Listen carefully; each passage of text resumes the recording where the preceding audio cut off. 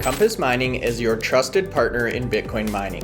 Whether you're investing in one machine or thousands, our customizable solutions are tailored to meet your needs. We are your experts in Bitcoin mining, offering a platform where individuals and businesses can purchase hardware, host machines, and access a range of ancillary Bitcoin mining services. We also specialize in large-scale site development and data center operations. Discover more at compassmining.io and see how we can power your success today. Hey guys, welcome back to the channel McNallie Money, the official home of power mining analysis. In today's episode, we're going to be taking a look at the major jump in terms of Bitcoin price over the last few days and the impact this has had on Bitcoin mining market caps and of course the value of these miners HODL. There's a lot going on in the market. We want to dissect that in today's video. We also have some great news out from Riot Platforms, all of that and more in today's video. Before we get into it, take a second, smash the like button guys, big help to myself and the channel. If you're not already subscribed, McNallie Money, feel free to join and let us know in the comment section below how you're feeling about the mining sector right now, if you're making any purchases, and your top pick for the rest of Q2. Now with that being said, let's get into today's podcast.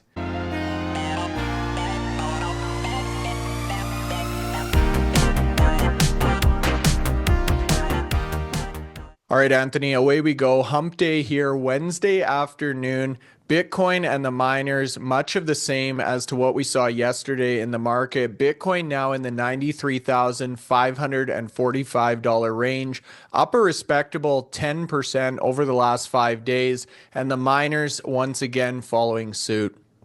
Yeah, it's been a great week or so, and yeah, I mean we've held the line for about a month in that sort of 76,000-85,000 bracket, and now we've seen a little bit of pullout from that, hitting 94,000 earlier this morning, and keeping around between 93,000-94,000 for most of the day. So yeah, good. Mining stocks also, when we talked yesterday about the rise yesterday, we saw Bitdeer over 20% up yesterday, and a lot of the miners were double digits up there. Again, another green day, not as ecstatic as yesterday, but Bitfarms is leading the challenge at the moment. They're up just over 8%. Gryphon Mining having a good day, nearly 8% up. Riot, Digital, Hive, all 6% up at the moment. And CIFR and Corp also following close behind. So yeah, positive day. No miners in the red at the moment, touch wood, but this space can be fairly volatile and can change with a moment's notice. Yeah, you're sure right about that. We've made a lot of ground back up just in the last 48 hours worth of trading. It's getting into that time of the bull cycle where it's getting difficult to sleep, Anthony. I'm up checking my phone, looking at the Bitcoin price. Now, the Bitcoin price itself has big implications on the miners in terms of hash price, in terms of HODL value, revenue, gross margins. What we wanted to look at today are two specific metrics, market cap and HODL. This is a big one. We've got a chart up now showing the ranked market cap of the Bitcoin miners and MicroStrategy for reference in there. We had talked earlier in the year about some of the big moves we saw in Bitdeer in Q4 of 2024, working their way up to second place in terms of market cap. The leaderboard looks quite a bit different now, but only a fraction of what these companies' market cap was just a few quarters ago. Yeah, so we've been following the mining, stocks since the year to date, and a few days ago it was 50% down. Yesterday, it dropped down to 42. Today, the average mining stocks down 39% year to date.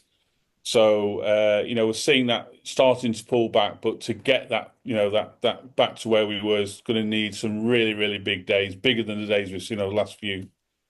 Yeah, we are going to need to continue this trend upwards. We're going to talk about that later in the video. But before we do, wanted to refresh two of the data slides we presented last week on the channel. The first one here, Anthony, Bitcoin HODL as a percentage of market cap. Now, we talked about this phenomenon specifically with DMG, the fact that their HODL value was, I think at the time, around 120% of their market cap. Now, that's obviously reduced in the light of DMG's share price increase, but still represents 112% of the market cap, essentially giving no value whatsoever, not only to their Bitcoin, but to their infrastructure, operations, human capital, patents, IP, or any other components of the business itself. Yeah, I mean, they're not even valued at the HODL value, so that's the challenge at the moment. Even if this to sell the parts off, you've got 2 exahash of mining machines literally going to be energized by the end of the month. You've also got facilities there, you've got power assets there, 60 megawatts of power. Start feeding in the Morgan Stanley valuation just for the power assets, you get to a significant number.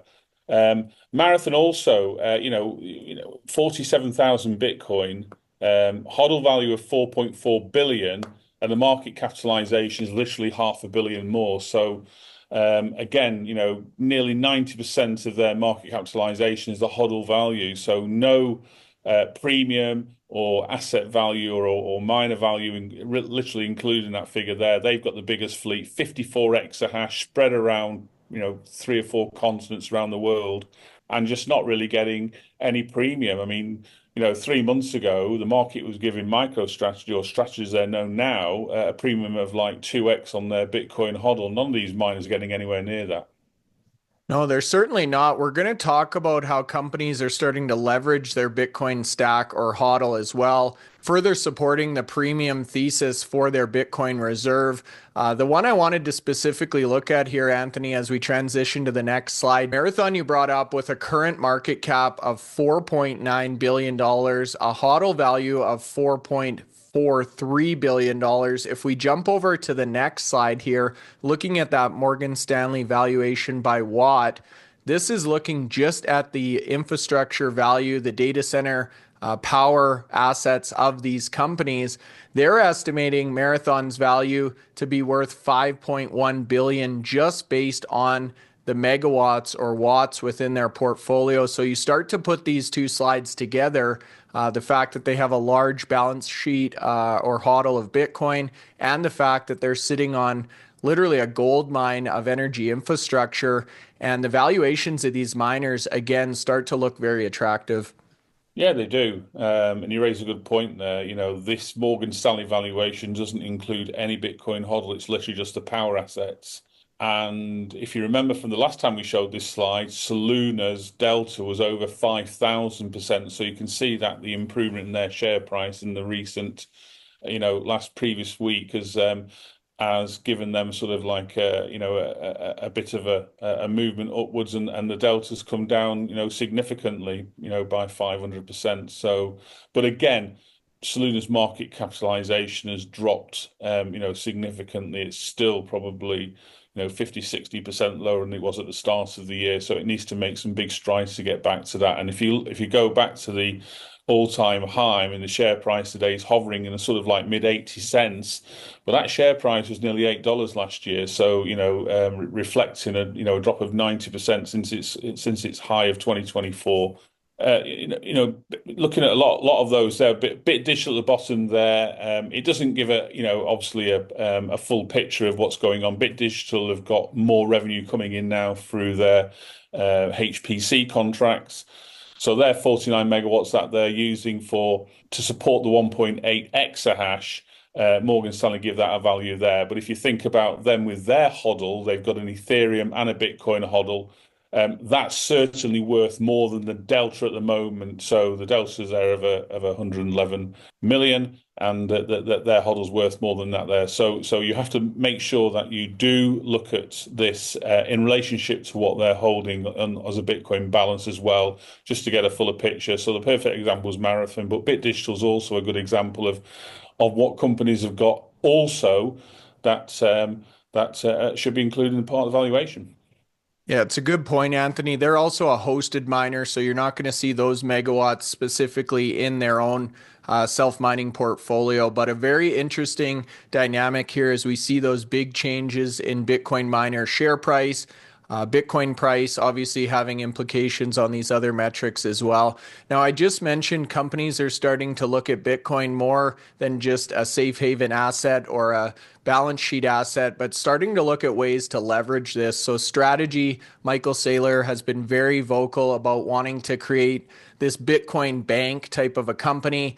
I heard the analogy on British HODL's channel yesterday, looking at MicroStrategy as the hand and these derivatives like MSTY, MSTU, MST3, essentially as the fingers on that hand. Another competitor now coming into that space, Tether, SoftBank, and Jack Mallers launching 21 with a goal of essentially competing with MicroStrategy, amassing 42,000 Bitcoin out of the gate here and looking to become another major player in terms of Bitcoin proxy and Bitcoin balance sheet strategy. Yeah, an interesting development. And I've seen Jack Mallers. I've met Jack Mallers. We both met him at Nashville. I've seen him at many conferences in the last couple of years. Very big spokesperson on Bitcoin itself and the benefits of Bitcoin. Obviously, runs his own company, Strike.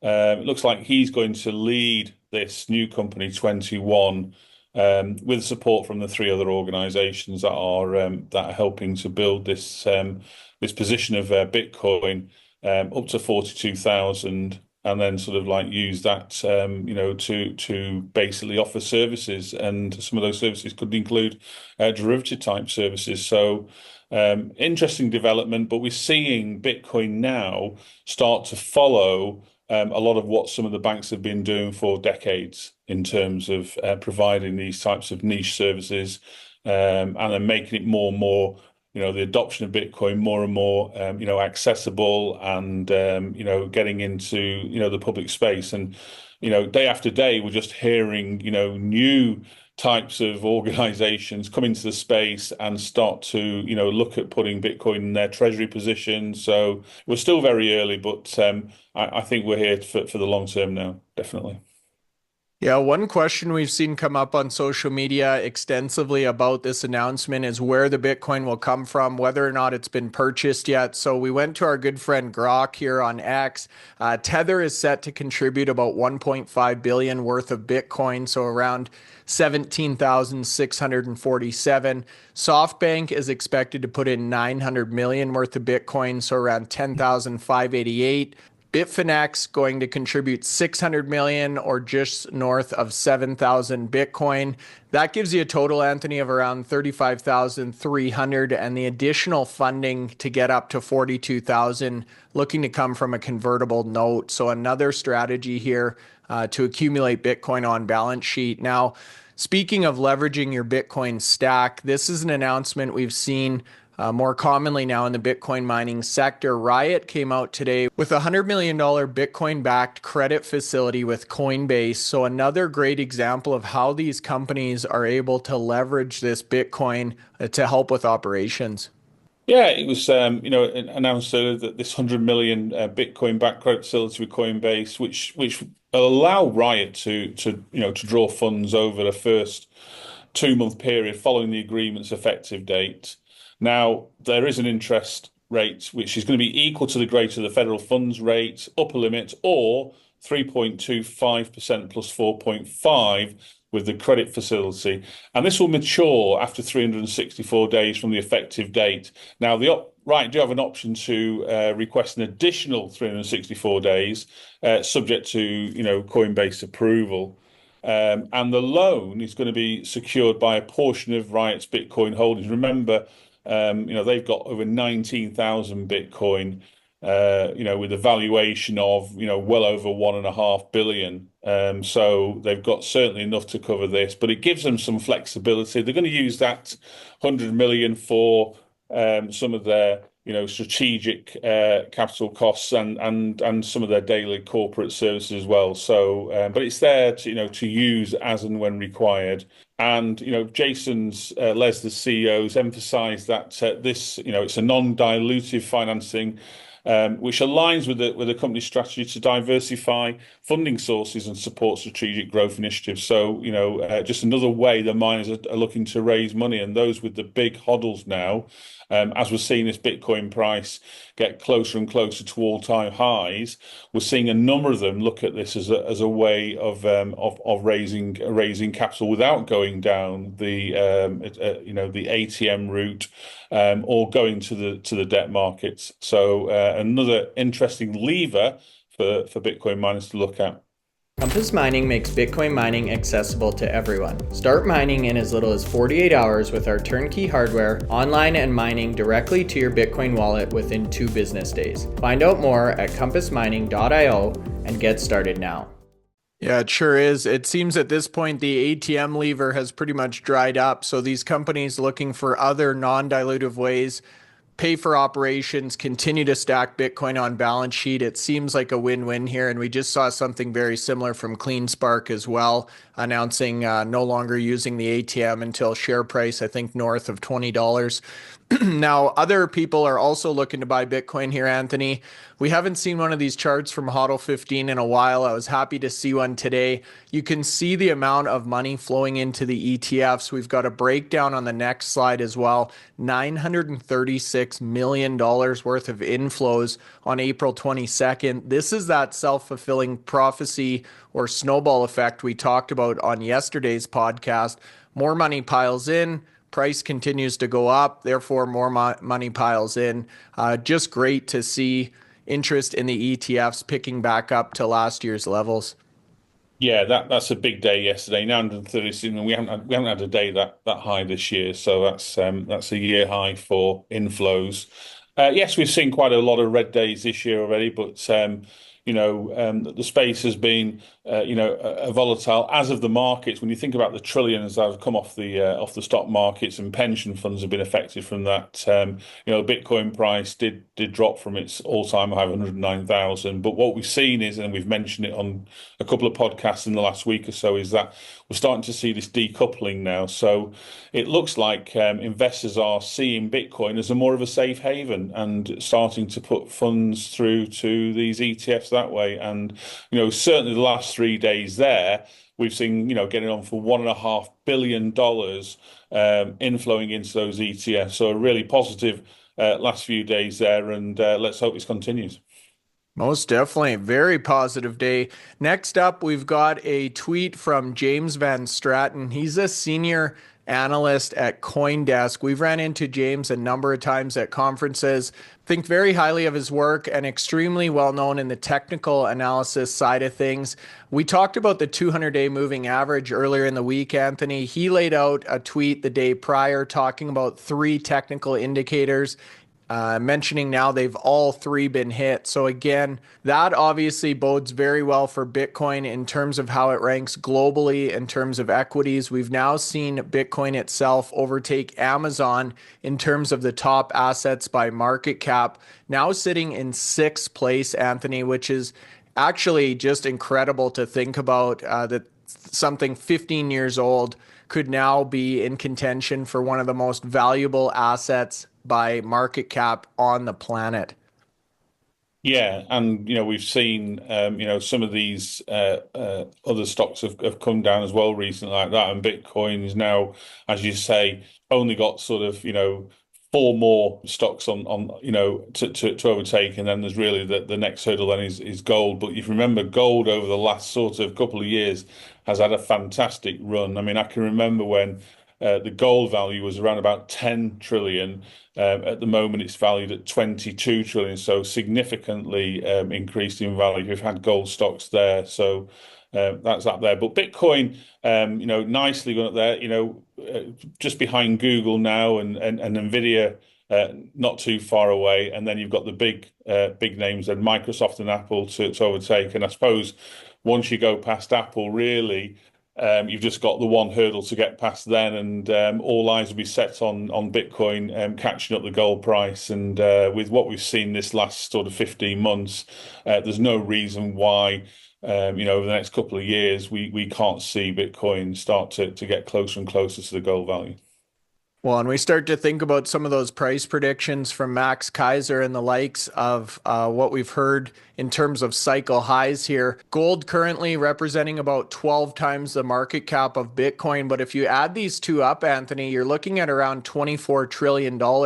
Even if you make the case that gold is equal to Bitcoin in terms of versatility as a store of value, you could be looking at the neighborhood of $10-12 trillion in terms of market cap for Bitcoin. So you start to see where some of these 3, 4, 5, 6, 7, 8x multiple valuations or predictions come from in the case of Max Kaiser and his $850,000 US price prediction this cycle, which is just incredible. Now, Satoshi Nakamoto benefiting in a bigger way than anyone else on the planet right now. He's got around 1.1 million Bitcoin in his wallet.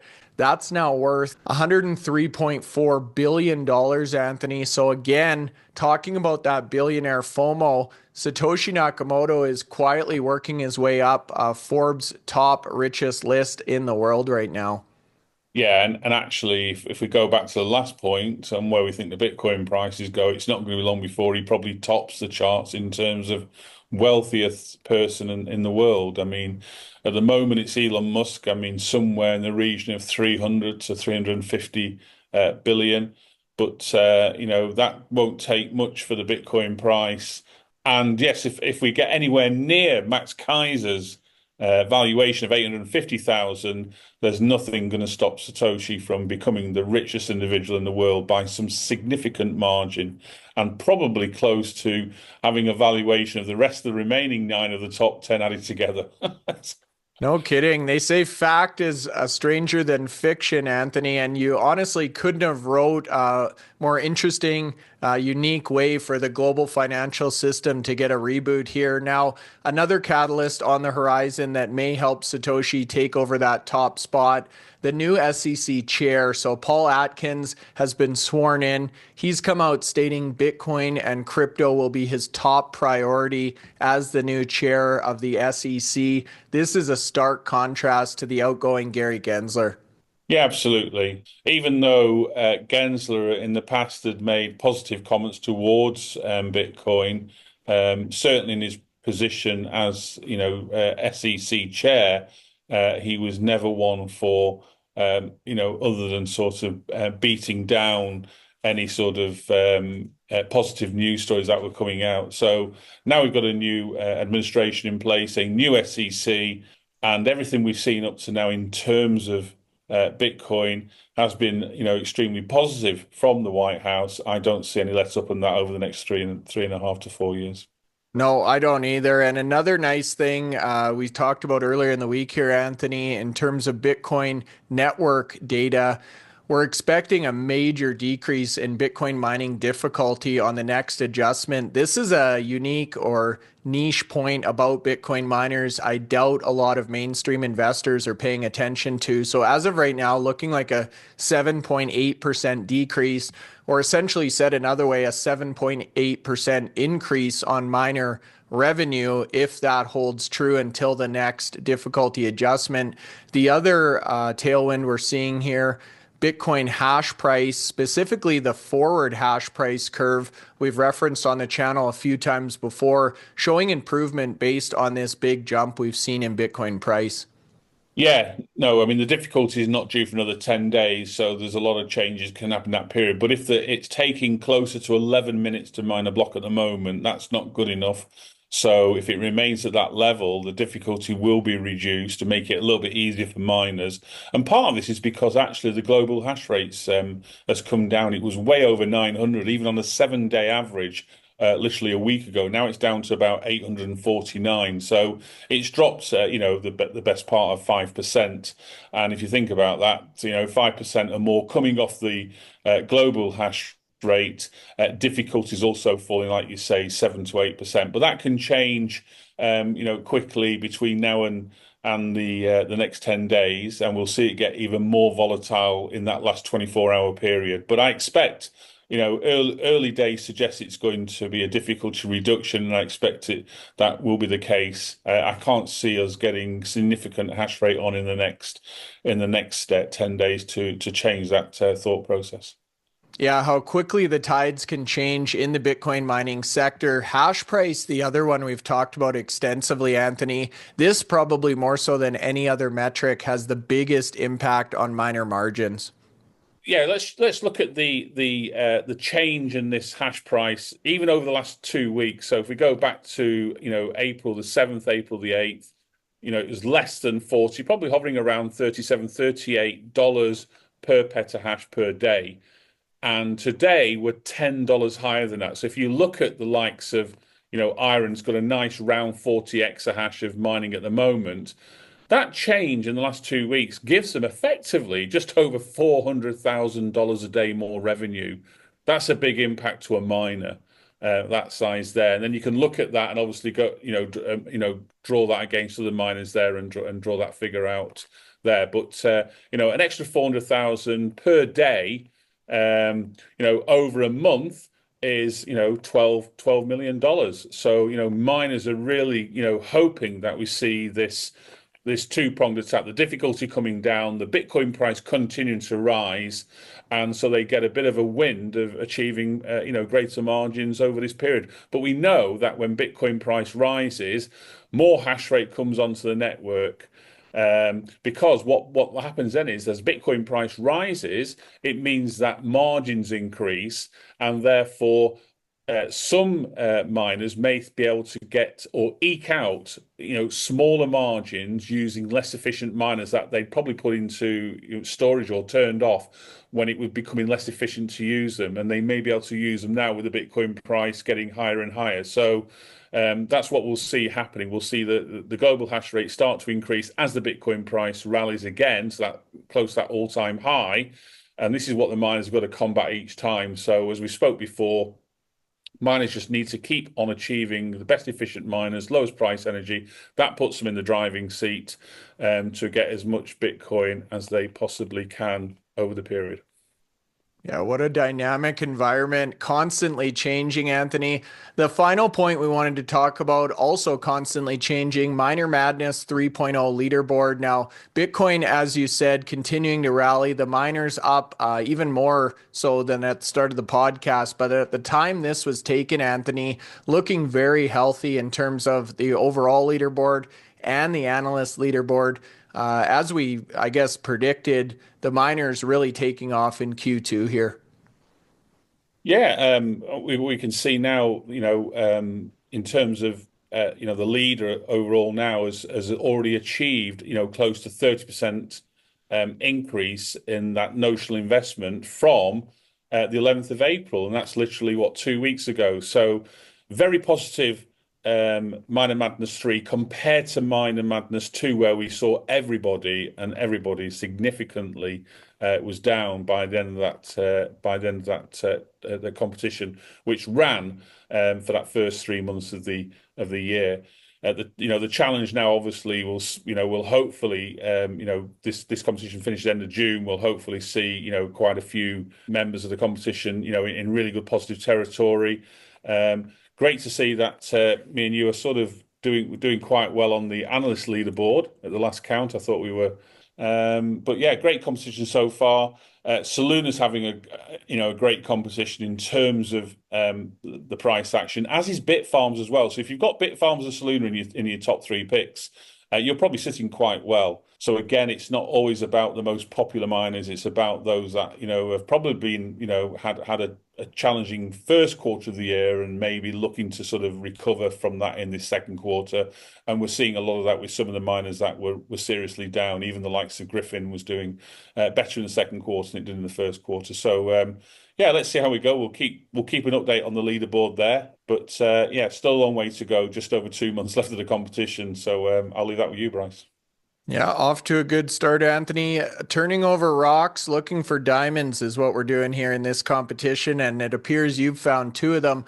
Bitcoin price now 93,845 in closing, you guys. So flirting with that $94,000 level. Another great day for the miners, for Bitcoin, and for the general markets overall. So let us know in the comments section below. How are you feeling, you guys? Make sure you sign up to our newsletter. We just put out a feature this month on Sam Tabar, CEO of Bit Digital. There's some great information in there. Comes out each Friday, 100% free to do. Feel free to hit the like button, subscribe to the channel. We'll see you back here tomorrow.